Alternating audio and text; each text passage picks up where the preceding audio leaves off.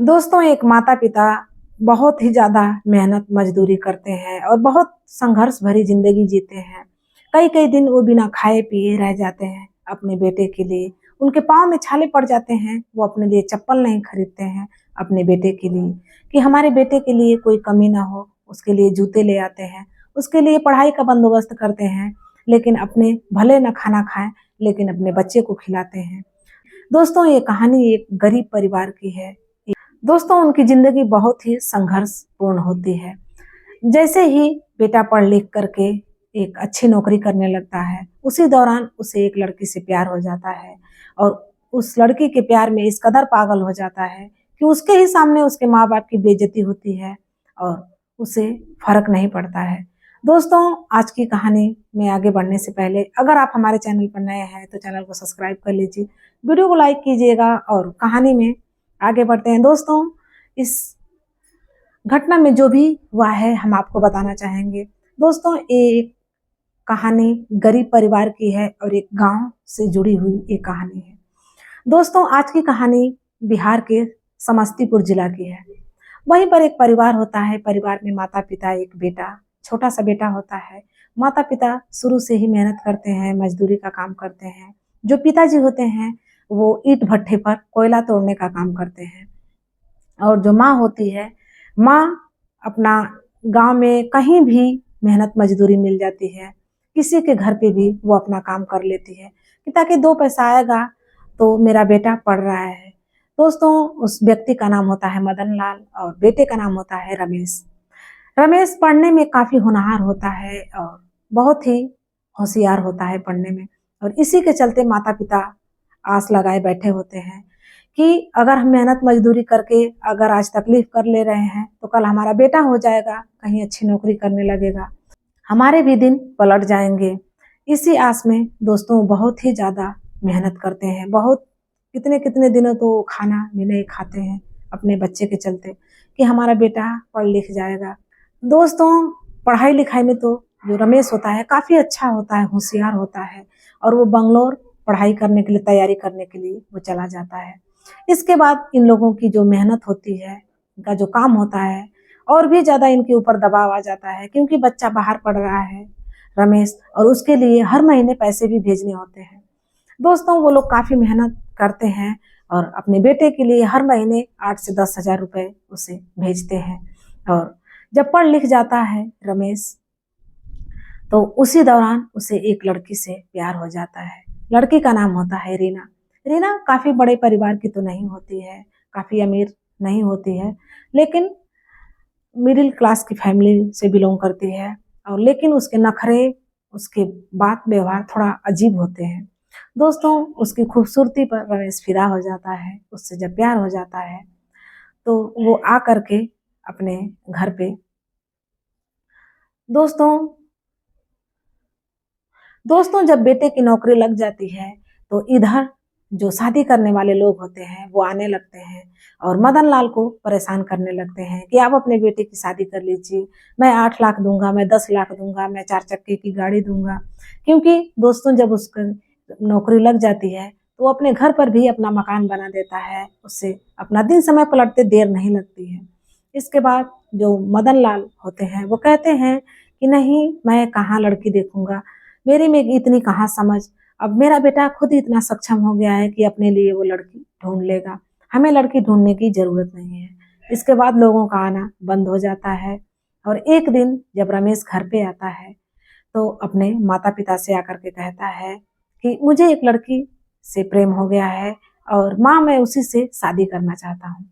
वो खुश हो जाती हैं और कहती हैं कि बेटा, हम लोग भी यही कह रहे थे कि कोई बात नहीं, मेरा बेटा खुद अपने लिए बहू लेकर के आएगा, हमें ढूँढने की ज़रूरत नहीं है। जब ये बात रमेश की माँ अपने पति से बताते हैं, यानी कि रमेश के पिताजी से, तो वो भी खुश होते हैं और कहते हैं कि ठीक है। जब रमेश चला जाता है, तो रमेश के पिताजी कहते हैं कि यार, हम इतने भी लायक नहीं हैं कि हम लड़की से मिल लें या फिर उसके घर परिवार वालों से मिल लें। रमेश हमें इस लायक भी नहीं समझा। तभी उसकी माँ कहती है कि अब तक तो आप बोल रहे थे कि वो खुद ढूँढेगा और आप आस लगाए बैठे हैं। वो कहते हैं कि नहीं, मैं तो ऐसे मज़ाक कर रहा था। कोई बात नहीं, वो ढूँढ लिया है तो अच्छी होगी। इसके बाद जब अगले बार वो फ़ोन करता है वहीं से, तो कहता है कि पिताजी शादी का डेट पड़ गया है, अब 1 महीने शादी रह गई है।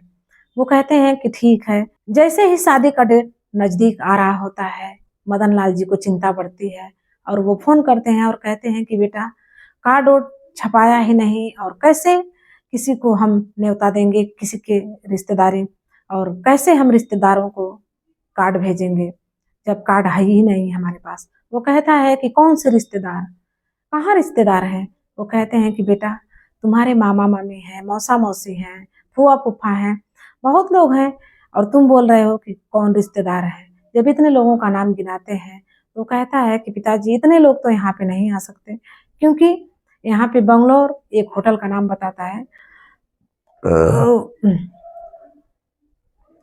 बंगलौर एक होटल का नाम बताता है और कहता है कि पिताजी वहीं पर एक होटल बुक किए हैं और हमारी शादी उसी होटल में होनी है। वो कहते हैं कि ठीक है, लेकिन रिश्तेदारों को भी तो ले जाना पड़ेगा।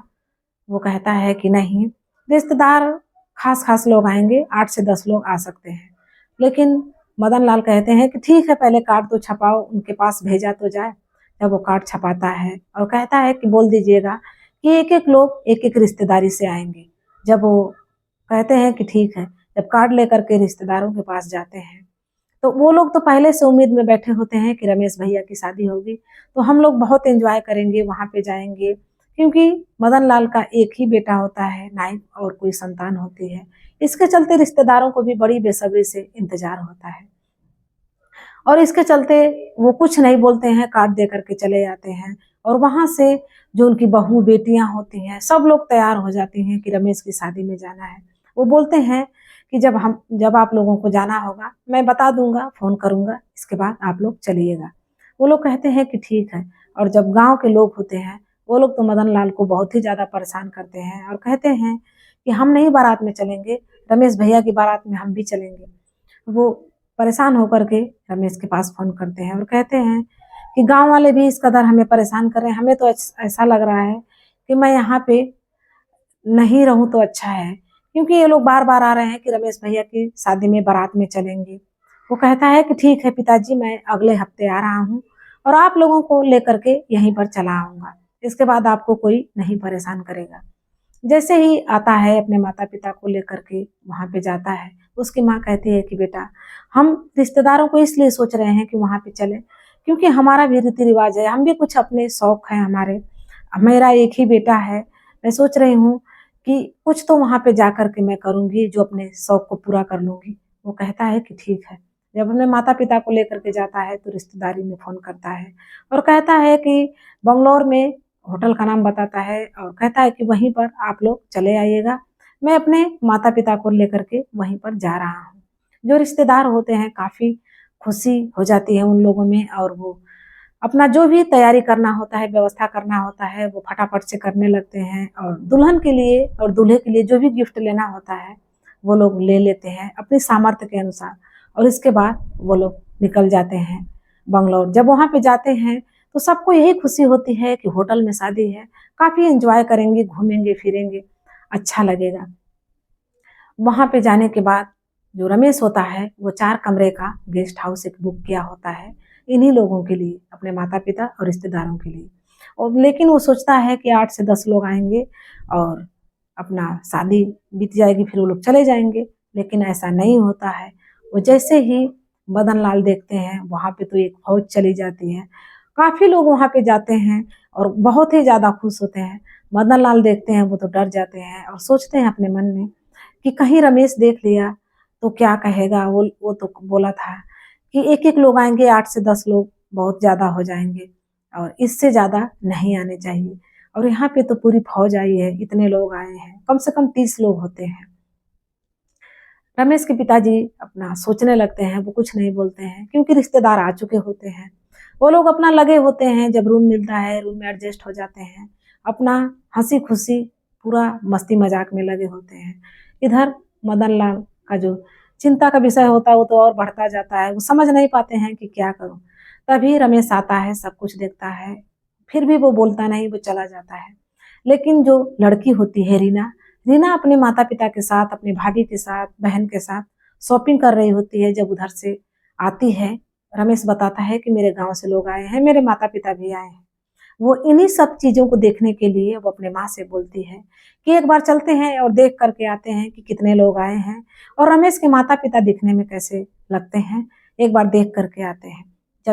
जब रीना लेकर के आती है अपने माता-पिता को, अपने बहन को, अपने भाभी को, तो जैसे ही अंदर घुसती है, इतने सारे लोगों को देख कर के वो बिल्कुल हैरान हो जाती है और कहती है रमेश से बाहर आके कि ये कहाँ से लोगों को उठा कर के लाए हो? ये कौन से लोग हैं? बिल्कुल देहाती लोग हैं, कैसे देखने में लग रहे हैं?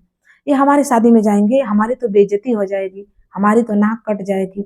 वो कहता है कि अब मैं क्या बताऊँ, लोग चले आए हैं, तो कोई बात नहीं, मैंने तो तुम्हारे रिश्तेदारों को नहीं मना किया, तो तुम भी चुप हो जाओ। लेकिन वो कहती है, तुम क्या बोल रहे हो? तुम समझ रहे हो? ये सोचो कि तुम्हारी नहीं बेइज़्ज़ती होगी, तुम्हारी भी बेइज़्ज़ती होगी और मेरी भी बेइज़्ज़ती होगी। इतना बड़ा हम लोग होटल बुक किए हैं अपनी शादी को स्पेशल बनाने के लिए, लेकिन तुम हो कि बिल्कुल कबाड़ ही बना दोगे हमारी शादी को। वो कहता है कि अरे यार मान भी जाओ, छोड़ो जाने दो, जैसा हो गया, आ गए हैं लोग तो अपना एन्जॉय करेंगे, चले जाएँगे। और उसी दौरान जो रमेश के पिताजी होते हैं बाथरूम में गए होते हैं बाथरूम करने और जब अंदर वो बाहर सारी बातें होती हैं, वो अंदर सारी बातें सुनते रहते हैं और उनका जो रमेश का कॉलर भी पकड़ती है रीना और कहती है कि इन लोगों को यहाँ से बोल दो कि जाएँ नहीं तो शादी के दिन इन लोगों को बोलना कि ये अंदर ही बैठे रहेंगे, ये बाहर नहीं निकलेंगे रूम से। वो कहता है कि देखो मैं बहुत बेइज्जती सह लिया अपने माता-पिता की और अपने रिश्तेदारों की, लेकिन अब मैं एक बात भी उनसे बोलने वाला नहीं हूँ। वो चाहे जैसे रहें, यहाँ पे रहेंगे, शादी भी अटेंड करेंगे और सब कुछ वो अपने हिसाब से करेंगे, मैं उनसे कुछ नहीं बोलने वाला। वो और भी उसका पारा हाई हो जाता है और चिल्लाने लगती है, कहती है कि तुम पागल हो गए हो, तुम्हें समझ नहीं है। इसके बाद वो वहाँ से चली जाती है। रमेश अपना माथा पकड़ कर के वहीं पर बैठ जाता है।